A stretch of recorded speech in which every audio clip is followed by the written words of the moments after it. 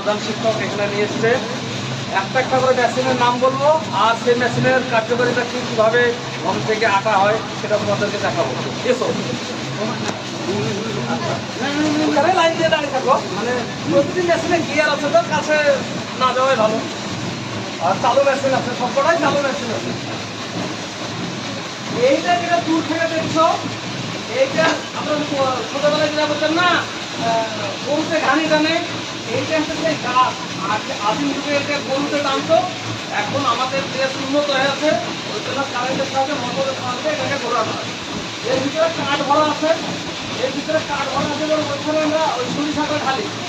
সরিষাটা যখনই ঢালবো সামান্য পরিমাণ জল দিতে হয়, আর নাহলে শুকনো সরিষা ওটাকে একটু গরম করতে হয়। সামান্য পরিমাণ জল দেয়, যখনই জল দেবে ওটা ফুটো আছে, তাকে ফুটো আছে, ফুটো দিয়ে বিন্দু বিন্দু বিন্দু হয়ে সরিষা থেকে তেলটা দিয়ে নিচ্ছে। তখন এইটা থেকে এটা আদিম যুগে ছিল, এখন আমাদের দেশ আপডেট হয়েছে। তাহলে বোঝা গেল যে এইটা আগেকার দিনে এটা গরুতে টানতো ঘানি, এখন আধুনিক হয়েছে, যন্ত্রের সাহায্যে চলছে এখানে। ওইটা তো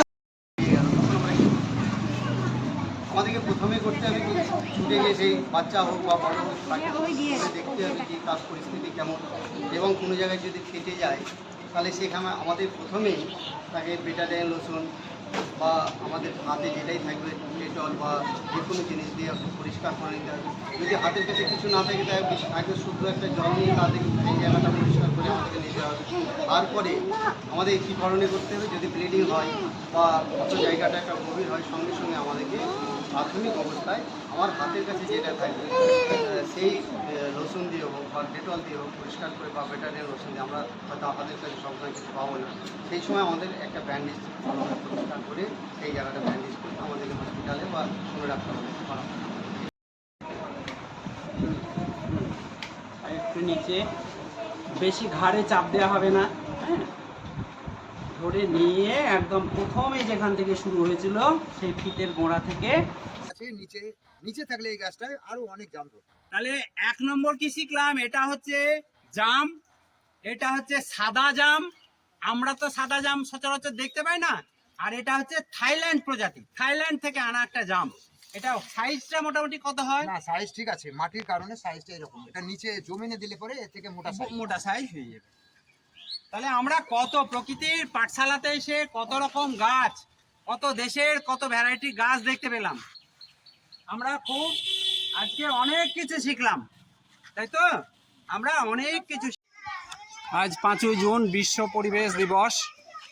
আছড়া প্রাথমিক বিদ্যালয়ের ছাত্রছাত্রীরা আছড়া গ্রামের পরিবেশ সচেতনতা বৃদ্ধির জন্যে লিফলেট নিয়ে ব্যানার পোস্টার সহযোগে একটা র্যালি করছে।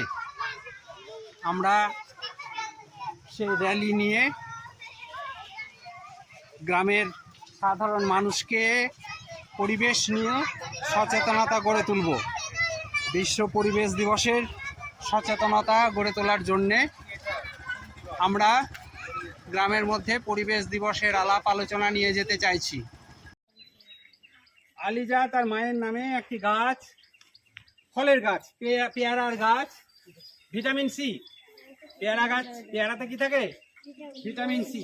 তাহলে চেষ্টা করবে আগামীর মায়েরা যেন রক্ত অল্পতায় না ভোগে, প্রচুর ভিটামিন সি থাকে, তাহলে রোগ প্রতিরোধ বাড়বে, সহজে অসুস্থ হবে না। আমরা আছড়া প্রাথমিক বিদ্যালয়ে ছাত্রছাত্রীরা পানীয় জল এবং পাক্ষিক জল সপ্তাহ পালন করছে। গ্রামের মধ্যে জল সচেতনতা বাড়ানোর কাজ, জলাশয়, পুকুর এগুলো যাতে ভরাট না হয়, সংস্কার যাতে করা হয়, তাহলে সেই প্রচেষ্টায় সেই বার্তা নিয়ে আমাদের ছেলেমেয়েরা মানববন্ধন করেছে। ছাত্ররা হাতে হাত ধরে প্রতিজ্ঞা করছে যে পুকুর জলাশয় তারা করবে। পুকুর জলাশয় যদি রক্ষা পায় তাহলে ভবিষ্যতে মানুষের জীবন, মানব সভ্যতাও রক্ষা পাবে। এই প্রতিজ্ঞায় আজকের দিনে ওরা করছে, তাই তো? জল আমাদের, জল আমাদের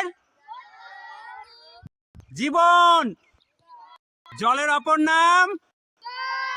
তাহলে জীবন বাঁচাতে কি করতে হবে? আমাদের জলাশয় রক্ষা করতে হবে।